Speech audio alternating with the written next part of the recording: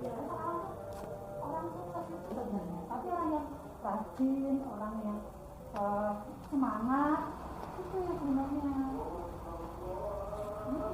semangat untuk sukses gitu loh, kan dari mulai sekolah gitu kan. Bisa, jadi kita nanti belajar macam-macam lah. Oh iya, boleh ya.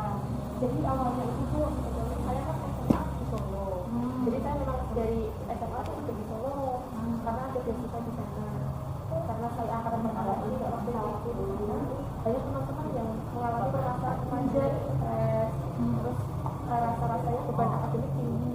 Karena kami juga asrama tidak punya siapa-siapa di sana. Akhirnya saya dikenalkan dengan genre di Boyolali pertamanya. Iya, di Boyolali. Kemudian saya jadi konselor saya teman-teman. Saya membangun PIK itu seperti ruangnya untuk genre, karena genre itu program, ruangnya itu PIK, pusat informasi atau remaja. Yang setelah saya lulus, saya di perkuliahan tidak punya ruang seperti itu. Akhirnya saya kembali ke Gunung Kidul, saya mencari ada nggak ya perkumpulan komunitas yang ngomongin masalah remaja, supaya saya punya temannya dulu, karena kalau diri sendiri kan sulit, dan remaja itu kan cenderung kalau cerita ke teman-teman remaja yang mendaftar, terus seleksi, akhirnya juara di DIY.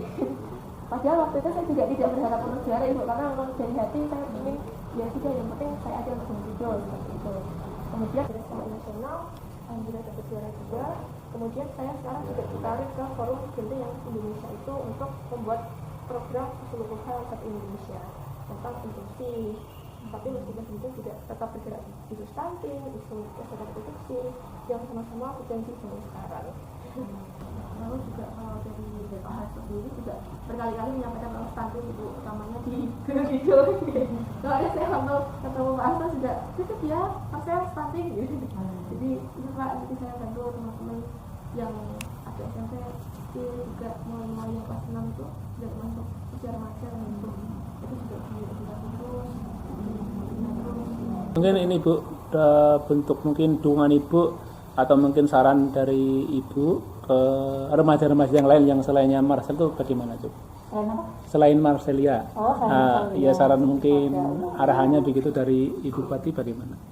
Ya, harapan saya kepengen ya untuk remaja-remaja yang di Kabupaten Gunung Kidul, khususnya yang masih remaja ya, masih dari mulai masih sekolah gitu ya? Itu tuh perlu sekali seperti kayak Mbak ini, Mbak saya meneladani Bu ya? Ya, meneladani. Betul. Iya.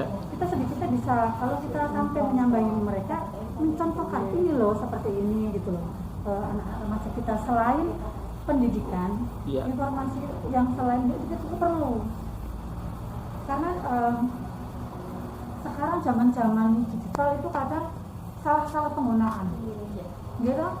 Alasannya cari untuk pembelajaran, tapi selain itu anak-anak remaja itu tanpa bantuan orang tua dia sudah masuk ke hal-hal yang sifatnya negatif.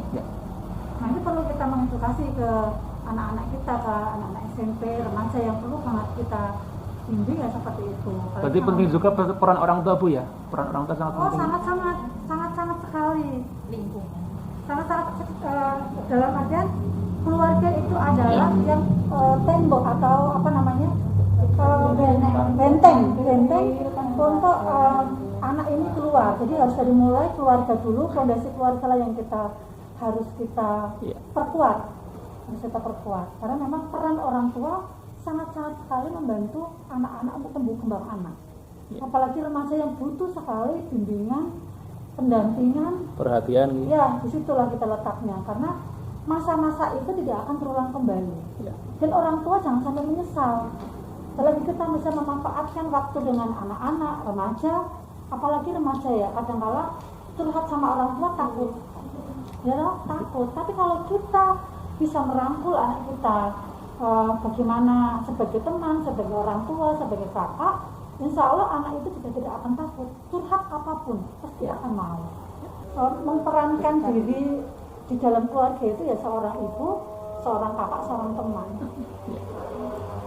Kalau Mbak Marcel sendiri kedepannya dalam waktu dekat atau mungkin dalam jangka panjangnya mungkin program-program secara pribadi itu apa Mbak Marcel? Kalau untuk saya sendiri memang yang terutama lebih ke pengenalan genre ke Gunung Kidul, teman-teman di Gunung Kidul, supaya mereka juga tahu oh ternyata ada genre, pemerintah tuh juga perhatian loh sama kita ini yang Apa sih genre? Biasanya di sini tuh kadang-kala ada yang tidak paham. Iya Apa sih genre? Iya. Genre itu Genre apa? itu generasi berencana. Iya. Jadi bagaimana kita sebagai orang muda itu bisa merencanakan masa depan, entah itu untuk kesiapan secara mental, fisik, maupun nanti ketika mau melanjutkan ke jenjang yang lebih tinggi pernikahan seperti itu, Bu.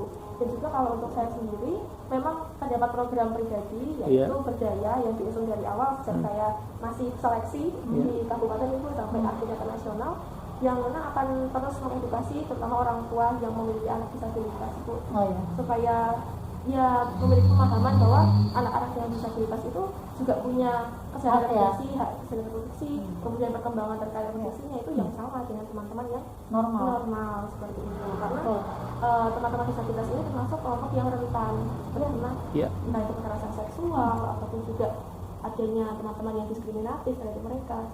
Kemarin saya sudah sempat mengunjungi SLT, Bu, bertemu dengan ibu kepala sekolah, dan juga nanti akan ada seperti diskusi dan juga bersama-sama dengan guru di SLT untuk ada forum bersama orang tua di sana. Ya, kemudian juga kalau di tingkat nasional sendiri akan ada modul pegangan untuk orang tua yang mudah dijangkau diakses. Meskipun terkadang malas untuk membaca seperti itu ya, Bu, karena materi-materi kan terkesan seperti apa sih teks sekali semacam. Nanti dikemasnya dengan yang lebih kekinian lagi, yang dari HP aja bisa diakses nanti lewat media-media digital seperti itu.